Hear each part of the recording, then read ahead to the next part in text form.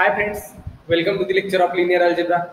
In last lecture we have completed some results, that is some theorems on dual space and dual basis. Now we have to continue it. That is next theorem is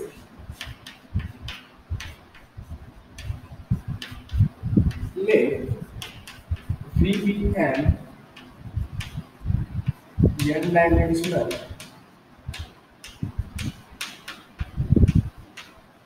vector space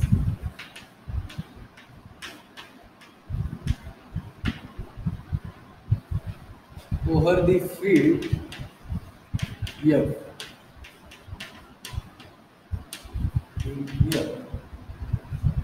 If alpha is a non-zero vector in V, zero vector in vector space V, then there exists a linear functional f on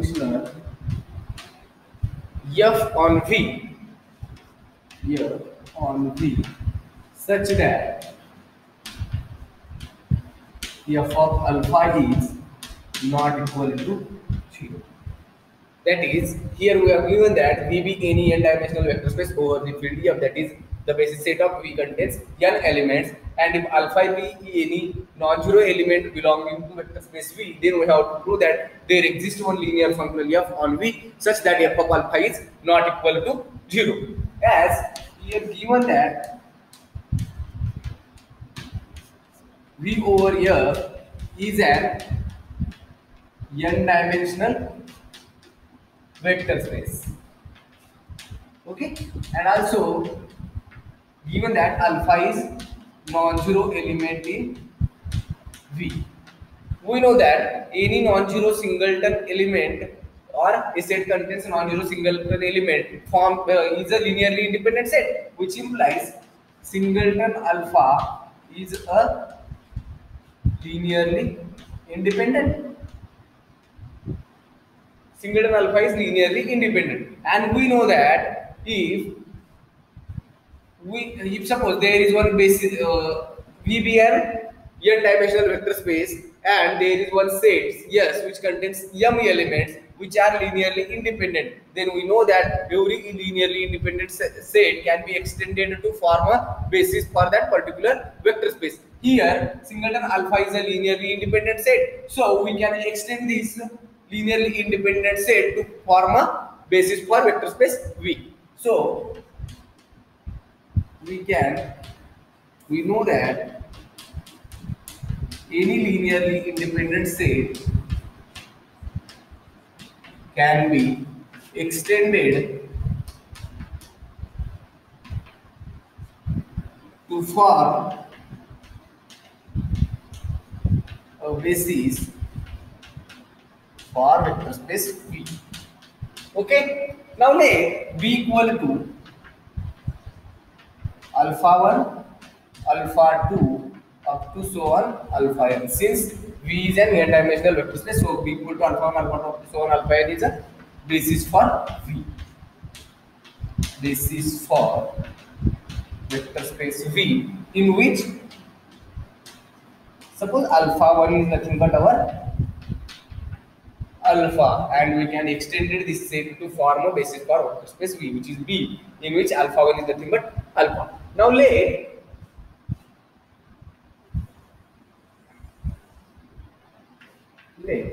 B equal to B star equal to F1, F2 up to so on Fn be dual basis for vector space V star. Then by definition of dual basis,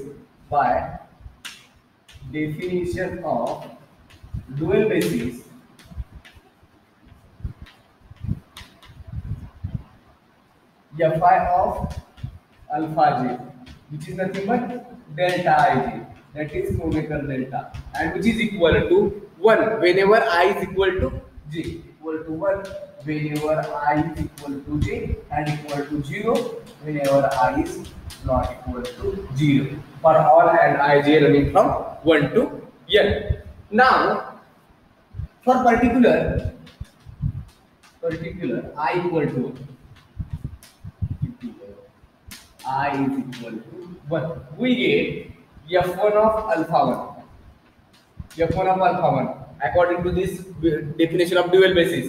Delta ij will be equal to 1 whenever I equal to 0. As 1 is equal to 1, then f1 of alpha 1 will be equal to 1. That is f1 of alpha 1 is nothing but alpha. So f1 of alpha equal to 1. f1 of alpha 2 equal to 0 since 1 is not equal to 2. Similarly, f1 of alpha 3 equal to 0 and so on. f1 of alpha n is equal to 0. But here this shows that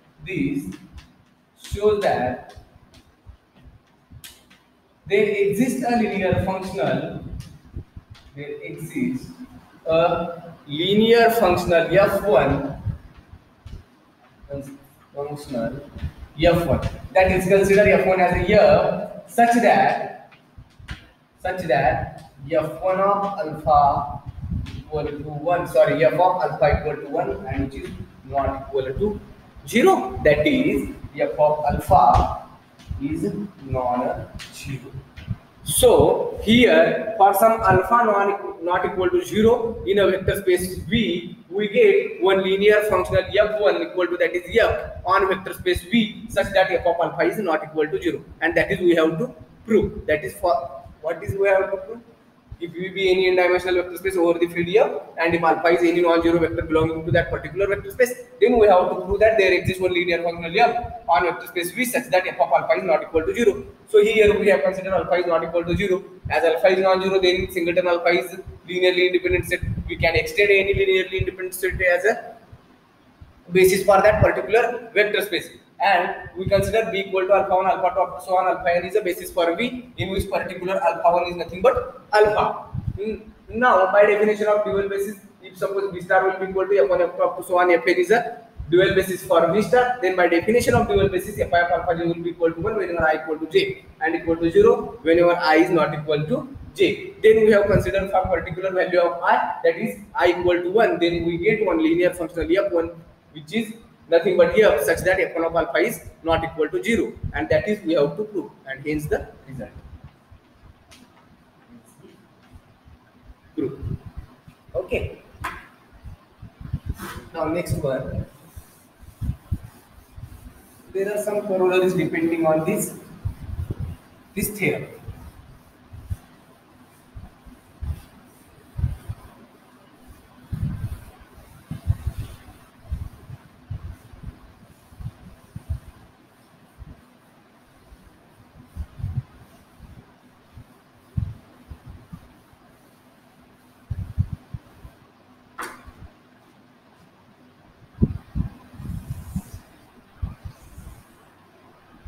Now, corollary.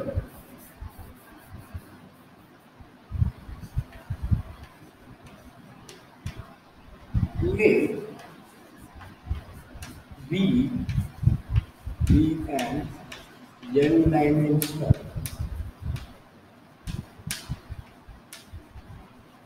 vector space over the field F.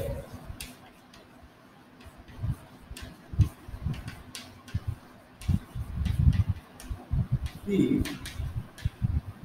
f of alpha is equal to 0 for all alpha belonging to, sorry, for all f in V star, then we have to prove that they show that, or then alpha is equal to. So here V be any n-dimensional vector space over the field F, and f of alpha will be equal to 0 for all f belonging to V star. That is, for each linear functional in V star, f of alpha is equal to 0. Then from this we have to show that alpha must be equal to 0. Okay. Given that V over F is an n-dimensional vector space. N-dimensional vector space. And also f of alpha is equal to 0 for all belonging to three star. And we have to prove that alpha is must be equal to 0. Now, if possible, possible, suppose that alpha is not equal to 0, alpha is non-zero. So here V over F is an n-dimensional vector space over the field F, and it is and one alpha which is a member of V and which is non-zero. That is V over F is an n-dimensional vector space and alpha be any non-zero element in V. Then by previous theorem state that if V over F is an n-dimensional vector space and if alpha is any non-zero vector in V, then there exists a linear functional f on V such that f of alpha is not equal to 0. Then according to that theorem, by previous theorem,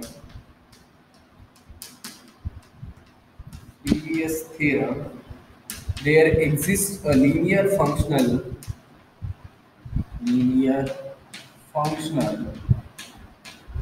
f on V such that f of alpha is not equal to 0. As f of alpha is not equal to 0, we get a contradiction. Since here given that f of alpha is equal to 0 for all f in V star, but here we get one particular f for which f of alpha is not equal to 0. So we get contradiction to our original statement, and this contradiction arises due to our wrong supposition, that is alpha is not equal to 0. So our supposition is wrong. As supposition is wrong, then alpha must be equal to 0, which is a contradiction. And contradiction arises due to wrong supposition. Hence, alpha must be equal to 0. And hence the okay. Now next formula.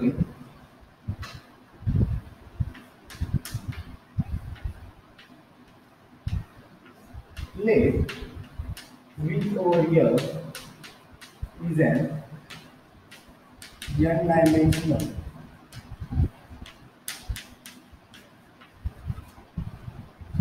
vector space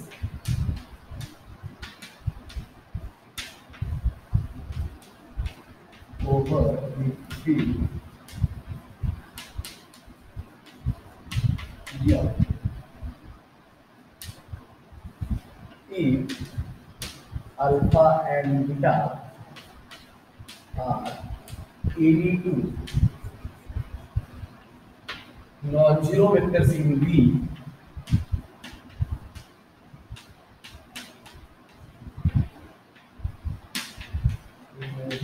then there exists a linear functional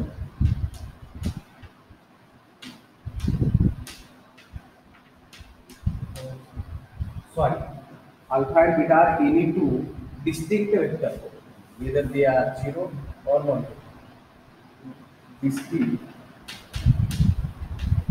vectors in V, then there exists a linear functional f on V such that f of alpha is not equal to f of beta.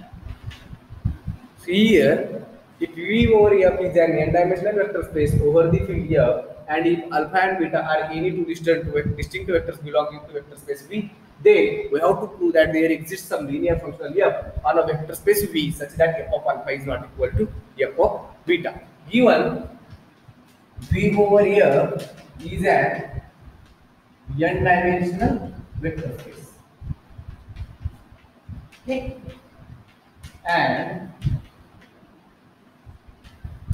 alpha and beta are any two distinct vectors in V.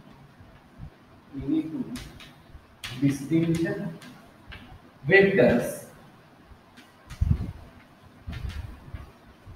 in vector space V. As they are distinct, then alpha is not equal to beta. As alpha is not equal to beta, which implies alpha minus beta is non-zero. So here alpha and beta are two vectors belonging to vector space V, and V over F is an vector space. Those therefore it is closed under addition. So alpha and beta are belonging to V, then alpha minus beta must be belonging to V. So here we get V over F is an n-dimensional vector space over the field F, and alpha minus beta is any non-zero vector in V. Then again by previous theorem, there exists some linear functional f on V such that f of that non-zero alpha minus beta will be is not equal to 0, which implies by previous theorem,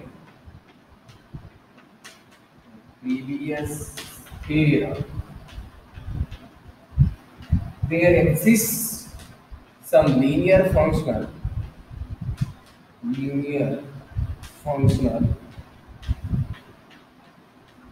f on V such that f of alpha minus beta is non-zero.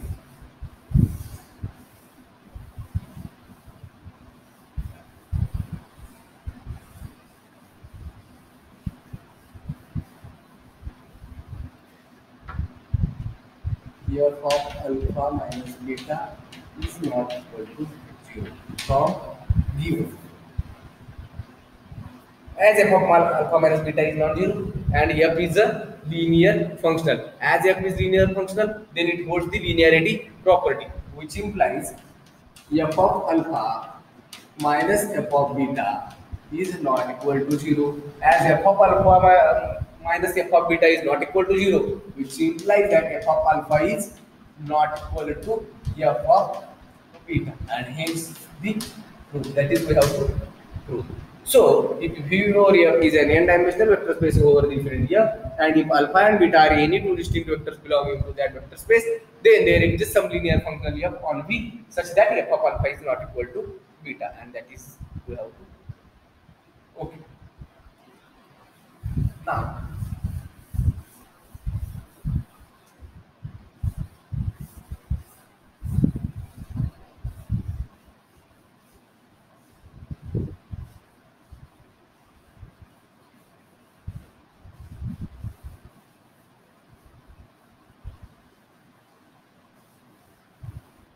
we have to see new definition, and which is the double dual. Well, we have already seen what is the dual space. Now we have to see what is the double dual space. Dual space is nothing but it is the collection of all linear functionals from a vector space V into F is nothing but dual space on a vector space V, and which is denoted by V star. That is, let V be a vector space over the field F. Then the collection of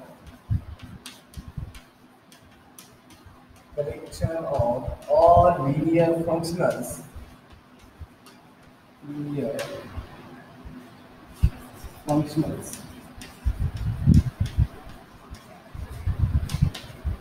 from vector space V into F denoted by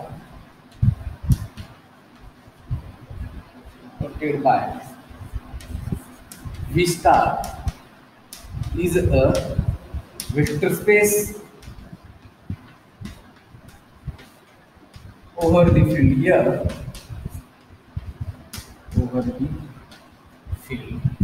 F, which is called dual space of V.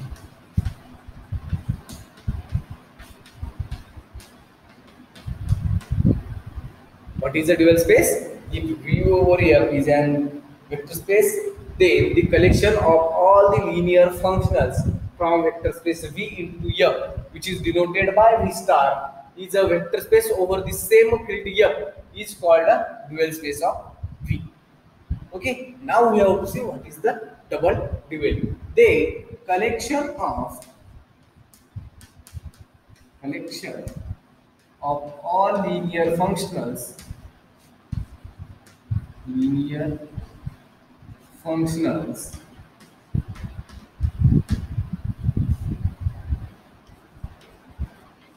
from V star into F denoted by V star because star, which is nothing but V double star, is vector space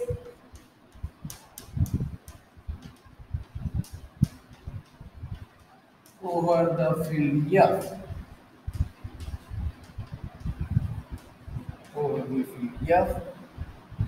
which is called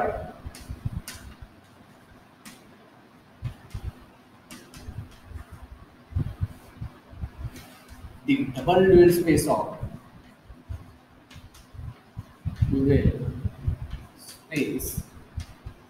vector space V, or the dual space of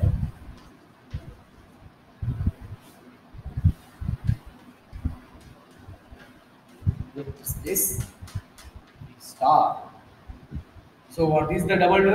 It is simply the collection of all linear functionals from the vector space V star into F denoted by V double star, and is again a vector space over the same field F, and which is called the double dual space of vector space V, or it is simply the dual space of vector space V star. That is, V star is nothing but the collection of all the linear functionals from V into F is nothing but dual space of V, and V double star is nothing but it is the collection of all linear functionals which are from vector space V star to F, and which is nothing but the double dual space of V, or it is simply the dual space of vector space V star, and that should be the difference between dual space and double dual space.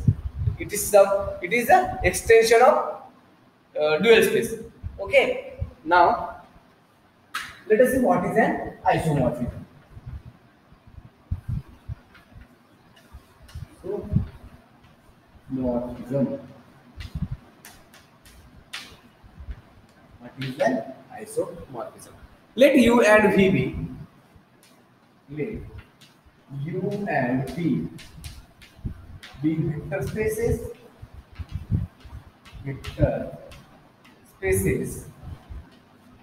over the same field F, the mapping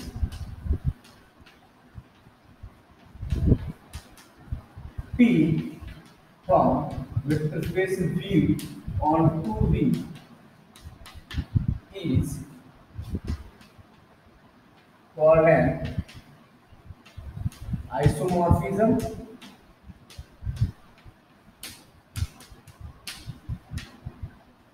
from U onto V if F satisfies the following axioms or properties.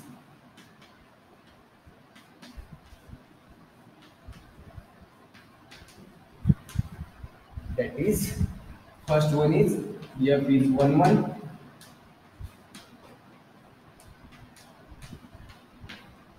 second one is F is on 2,